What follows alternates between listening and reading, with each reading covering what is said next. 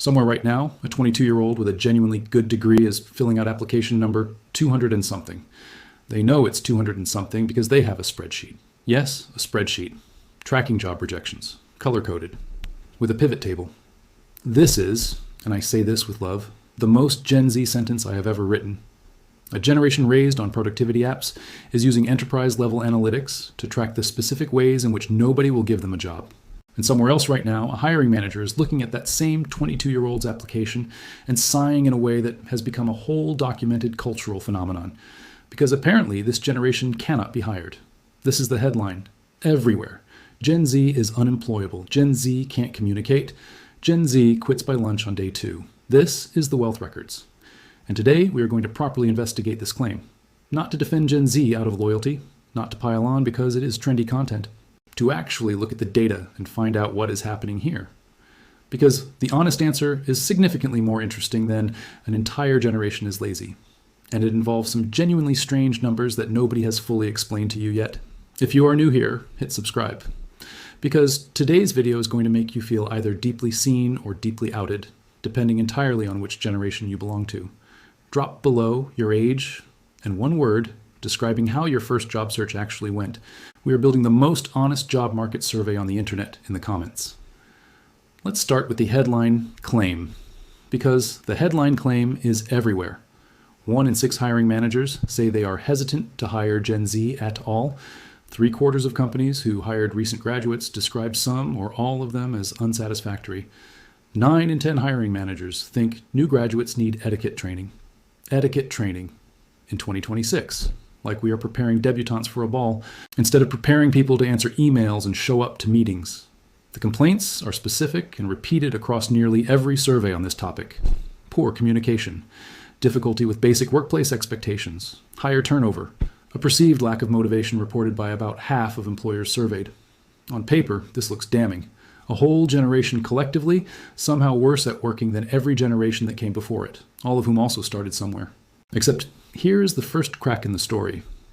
Every single generation has heard this complaint. Gen X were called slackers. Millennials were called entitled and obsessed with participation trophies. Baby boomers, when they entered the workforce, were criticized by the generation before them for their hair, their music, and their apparently catastrophic lack of respect for hierarchy. This complaint is not new.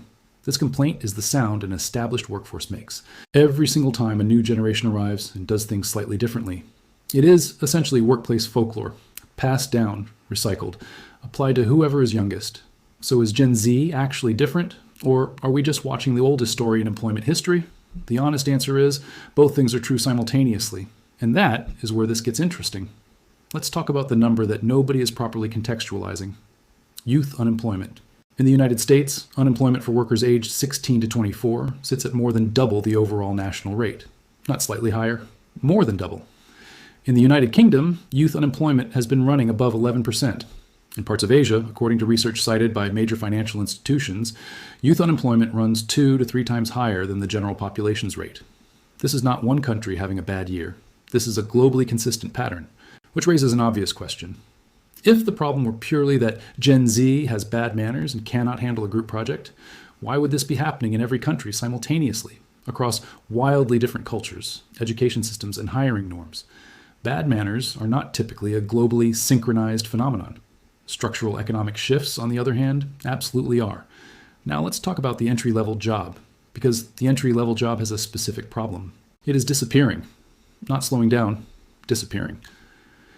Entry-level postings have fallen by a significant percentage since 2023 in some major markets.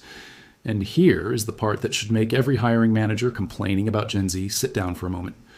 Many job postings labeled entry-level now ask for 3 to 5 years of prior experience. Entry-level, requiring years of experience to enter. This is not a joke. This is documented across job platforms. It is the employment equivalent of a locked door with a sign on it that says, "Welcome, please knock." And also, here's a list of things you needed to already have done before knocking. Now let's talk about why the entry-level job is disappearing, because this part is important. The tasks that used to be given to junior employees, drafting reports, pulling data, scheduling, answering routine customer questions, documenting basic processes, were never glamorous, but they were how every previous generation learned the job. You You did the boring task badly for a year, then less badly, then competently, and by year 3, you had context, confidence, and the beginnings of actual expertise. Those specific tasks are now, in a growing number of companies, being handled by AI. Not because the AI does it better in every case, often because it does it fast enough and cheap enough that paying a human salary for the same output no longer makes obvious financial sense. This means the bottom rung of the career ladder, the rung every previous generation stood on while they learned everything else, is being quietly removed. Gen Z isn't failing to climb the ladder. In a meaningful number of industries, the first rung has been unbolted and taken away while they were still walking toward it. Let's also talk about the degree, because this is genuinely one of the strangest shifts. For decades, the message was consistent and confidently delivered. Get a degree, and your employment prospects will be measurably better than someone without one. This was true for a long time. It has recently stopped being reliably true. In a specific and remarkable data point, for the first time since records on this began, recent college graduates in some periods have actually been more likely to be unemployed than the overall workforce average. Not less likely, more likely. For 6 months in one recent period, people with an associate's degree in a skilled trade, electricians, plumbers, pipe fitters, had slightly better employment outcomes than people with a full university degree. This has never happened before in the data, so somewhere a generation did the thing they were told to do, followed the instructions precisely, got the degree, took on the associated cost, and walked into a job market where the instructions had quietly stopped applying sometime while they were still in their second year of lectures. Now let's talk about the specific behavior that gets Gen Z the most criticism: quitting fast. The stereotype, repeated constantly, is that Gen Z quits jobs almost immediately, sometimes framed dramatically as quitting by lunchtime on the second day. Here's the context that rarely accompanies that stereotype. When the entry-level job market is this compressed and this competitive, taking a job that is genuinely mismatched, underpaid, or badly managed, and leaving quickly to find something better is not impulsive. It is often rational. Previous generations frequently had less mobility, fewer visible alternatives, and a labor market that rewarded staying put for years, even in a mediocre role. Gen Z can see instantly on their phone what comparable roles pay elsewhere, what companies are hiring, and what their peers are earning in similar positions. Leaving a bad fit quickly, when you have visibility into better options, is not the same failure of character as leaving a good fit quickly out of impatience. It might simply be an accurate read of a transparent, fast-moving information environment that previous generations never had to navigate, because they never had the information at all. Now let's talk about the AI anxiety specifically. Because it is well documented and quite reasonable, a significant share of Gen Z workers report using generative AI tools weekly. A meaningful proportion of the same group also report feeling anxious about how those exact tools might affect their own career prospects. This is not contradictory. It is the specific and uncomfortable experience of using the technology that might displace you, because using it well is currently the safest strategy available, while also knowing it does not guarantee anything long-term. Imagine training enthusiastically for a race while suspecting the finish line might be moved or removed partway through. That is the specific texture of entering the workforce as this technology scales in real time. Older workers largely did not have to make this exact calculation when they started their careers. This generation does, constantly, in the background of every single working day. Now let's talk about the specific industries that are quietly hollowing out, because this is where the pattern becomes genuinely undeniable.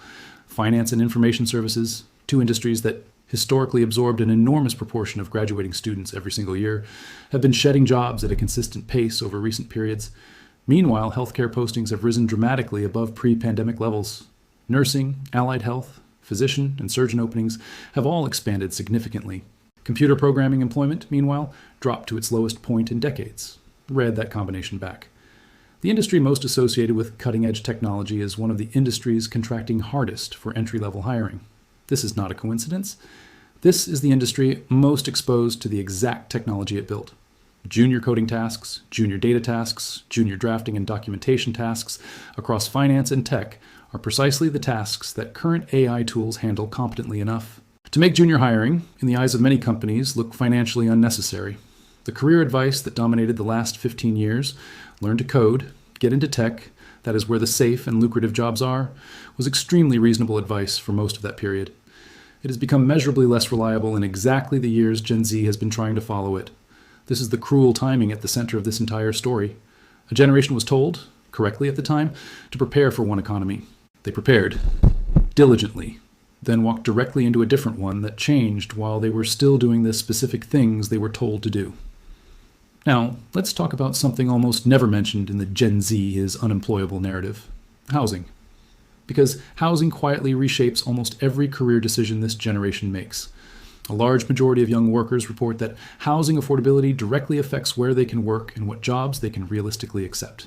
If the job that would genuinely advance your career is in a city where the rent consumes the majority of the salary on offer, taking that job is not a career move. It is a financial trap with a nice job title attached. So the career caution that gets labeled as lack of ambition is sometimes just an accurate financial calculation that older workers, who entered housing markets that behaved very differently, never had to run. Now, let's talk about what is actually working, because this is not entirely bleak. While white-collar entry-level roles have contracted sharply, skilled trades and healthcare have expanded significantly. Nursing, allied health, and skilled trade apprenticeships are growing categories in a market where traditional office entry points are shrinking.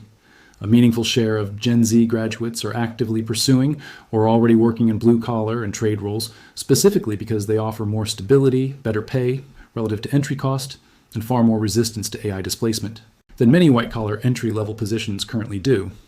This is not a consolation prize. This is, in a significant number of cases, a genuinely rational reallocation of career strategy toward the parts of the economy that are actually growing instead of the parts that are being quietly automated. Employers are also adapting. Skills-first hiring, dropping unnecessary degree requirements, and structured mentorship programs are all growing in adoption specifically because companies that invest in properly onboarding this generation report meaningfully better outcomes than companies that hand someone a laptop and expect corporate fluency to appear by osmosis. Let's also talk about the job-hugging phenomenon, because it complicates the story further. While young workers face a locked door on one side, workers already inside companies are increasingly choosing to stay exactly where they are rather than move. Security in an uncertain market has started to outweigh the traditional appeal of mobility. This means the people already employed are moving jobs less often than before, which means fewer positions open up at all levels, which means even fewer openings trickle down to the entry-level positions that Gen Z is trying to access in the first place. It is a market where the front door is narrower, and the people already inside are also, quite reasonably, holding onto their seats more tightly than before. Both behaviors are individually rational. Combined, they produce a labor market that is simultaneously described as healthy in the aggregate and genuinely brutal for anyone trying to enter it for the very first time. This is precisely the kind of gap between the headline statistic and the lived experience that keeps showing up across every part of the modern economy this channel covers. The aggregate number says low unemployment, resilient economy, stable market. The specific experience of a 22-year-old with 200 rejected applications says something considerably less reassuring. Both are describing the same economy, they're just describing different rooms inside it. Now let's close with the honest verdict. Because this channel always gets there eventually. Gen Z is not unemployable. Gen Z is knocking on a specific set of doors that are, in a documented and measurable way, more locked than they were for any recent generation. Some of that lock is structural. The vanishing entry-level rung, the degree that stopped reliably opening doors, the AI absorbing the exact tasks that used to teach people the job. Some of the criticism is real too. Communication gaps exist. Workplace expectation mismatches exist. Both things can be true. A generation can have genuine areas to develop and simultaneously be navigating a labor market that is structurally less hospitable than the one their parents entered. These are not competing explanations. They are both operating on the same person at the same time. The specific tragedy of the Gen Z is unemployable narrative is that it locates the entire problem inside individual character at exactly the moment when the structural evidence is loudest and most global. If youth unemployment is elevated in America, Britain, across Asia, and across Africa simultaneously, the common factor is not that an entire generation, everywhere at once, independently decided to have worse manners than every generation before it. The common factor is a labor market undergoing a structural shift that happens to be landing with its full weight on the people trying to enter it for the first time. One more thing worth saying before we close, because it deserves saying plainly: the spreadsheet, the 200 applications, the color coding, the pivot table, that is not the behavior of someone who does not want to work.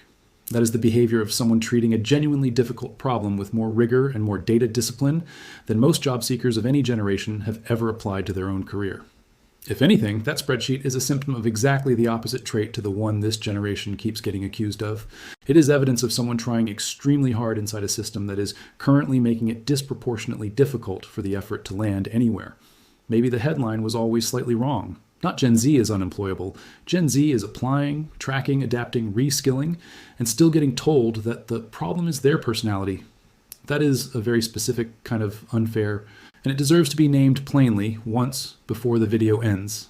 It's not magic. It's just math nobody walked you through.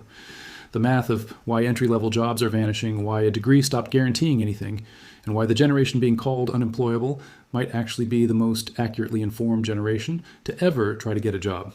Hit subscribe, The Wealth Records. The pattern is always there if you know where to look. I do.